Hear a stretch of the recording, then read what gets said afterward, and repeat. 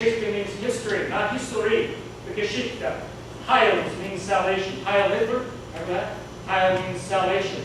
Heilsgeschichte means salvation history. And the point of that was to look at all history, and as one of my kids told me years ago in catechism class, you've got to learn to look at the world and put on your faith glasses. I thought that was a neat way she said that. In other words, you've got to look at everything through the Holy Bible. When you do, you see God at work all over the place. When you take your glasses off, you're blind. You just see what's on the surface. See, when you put on your faith glasses, seventh grade kid, isn't that quite clever? She thought that.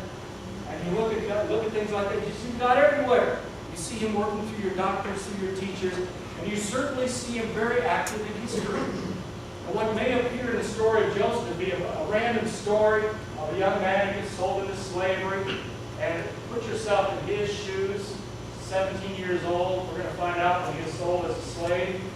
Did he know how the story would turn out? You don't either. Yesterday I had a wedding here. Sarah Coatrider, you even know the Coatrider family, big wedding that she had in her on her wedding bulletin cover. I don't know where she got this, but it was a picture of a railroad bridge and the railroad tracks going off in the distance. And I said in my sermon, I said, that is in many ways a very ominous picture because it's nothing out there. You get married, it kind of goes out and wonder what's going to happen out there. When you get married, you assume everything's going to be wonderful, don't you? Nobody gets married assuming you're going to have problems, right?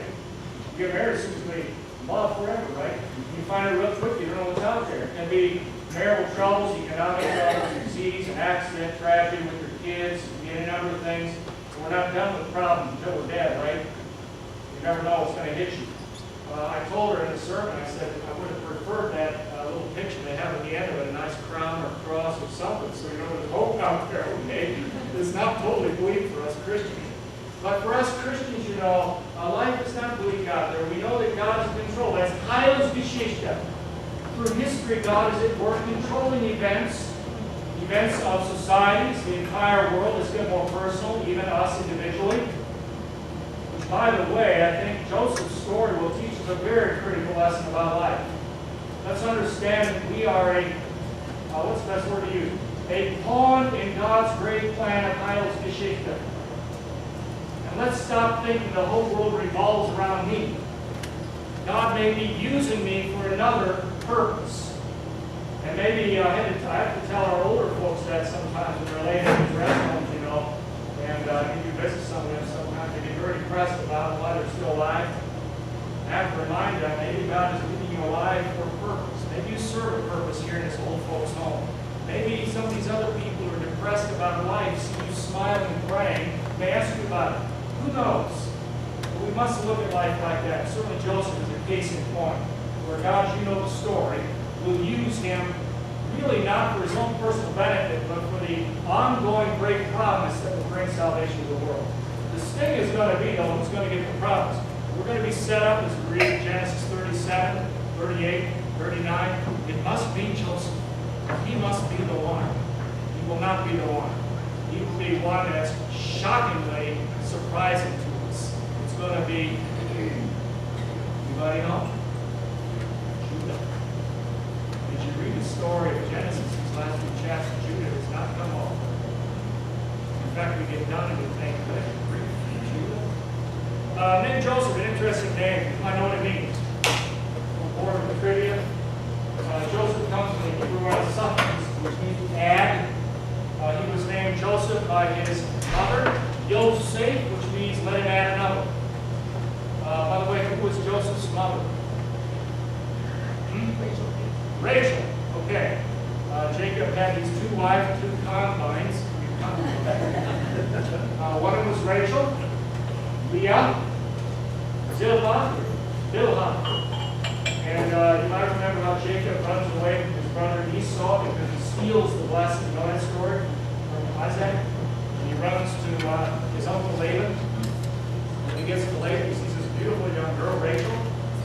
And he offers to work for her for 7 years. At the end of 7 years, what happens? Laban is a snake in the grass. What does he do? He sneaks her older sister Leah in there, who was weak-eyed. Whatever happened, he's like, oh shit, big guys. So anyway, he sneaks her in. I've always wondered how that works. But anyway, I guess it's very hard. But anyway, they get her in the tent the next morning. Jacob comes out, and lo and behold, it is Leah, not Rachel. And he says, what have you done to me, Laban? Laban says, it's against our culture to give away the younger daughter before older sister. Well, you could have told me before I went into the tent. So Laban says, I'll tell you what, you work 7 more years for me, and I'll give you Rachel too. So that's how that all works out. Rachel is his favorite wife. Rachel is barren for many years. Leah has, I think, 5 kids. In that day and age, it was so critical that you keep your family line going. That's where the idea of concubines came in. That if a woman was barren, they always blamed the woman, by the way. If a woman was barren, she could take her concubine and give that to her husband, and her husband could raise up family through the concubine, and it would be as though it was through the wife. Does that make sense? Not a good plan. That was the culture. Say, little by the way on that topic, remind me where I am. All those kinds of stories, polygamy, concubinage, you might use that word, I don't know what the noun form would be. All those things today in our culture, we back off, we're kind of horrified by that. And I think it does show us, I hope I'm right on this, that God has to work in the situation in which he finds his people and try to clean up the problem. God would not permit, if a man loved his second wife or concubine more than his first wife, to let those sons have priority over the first son born to the hated wife. Does that make sense? Pagan culture, pay attention. God was trying to clean this thing up. Polygamy, the same thing. My point is that today we have certain practices in our own culture that we kind of inherit. Our whole society doesn't think it's wrong anymore. Our own people are adapting to it. We pastors struggle with how to deal with it. Can you give me some examples? Huh? Divorce is a big issue. There was a day back in the 1800s, early 1900s, where if you got divorced, you were excommunicated. Just like that. Boom. We had no divorced people in our congregations. Today, we wouldn't have much of a congregation. In fact, many of our pastors are going through second marriages too. What do you do there? You can't throw everybody out of the church. I mean, so you try to clean it up. Do the best you can with a bad situation. What's another one mentioned here? The whole business of people moving and living together before they're married. I've shared with you before, I bet 90% of the weddings I do here, people living together already. What do? Not marry them? You try to make the best out of the situation, make them understand this is not the way you should begin a relationship. I have a service of betrothal, a service of confession and absolution. I have people go through with me, etc., with the details. But we want to get them married. We want them to understand that they must now be committed to each other in a correct way, etc., etc. So we try to make the best out of it. So I think stories like that do show us that the church lives in a certain culture. We find ourselves where we are, and we try to make the best out of the situation. Who knows what will develop in the future? What was I talking about before? Thank you for that, Michael, who is not married, but that's another story. Just kidding. Back to Joseph. Now he had another one. So Rachel, who is barren, she finally gets pregnant. And all of her sister and her concubines had all these wonderful children. There she sits. And by the way, that was viewed as a curse. Because if a woman had no son, especially, what did that mean? Heilsgeschichte. What did it mean?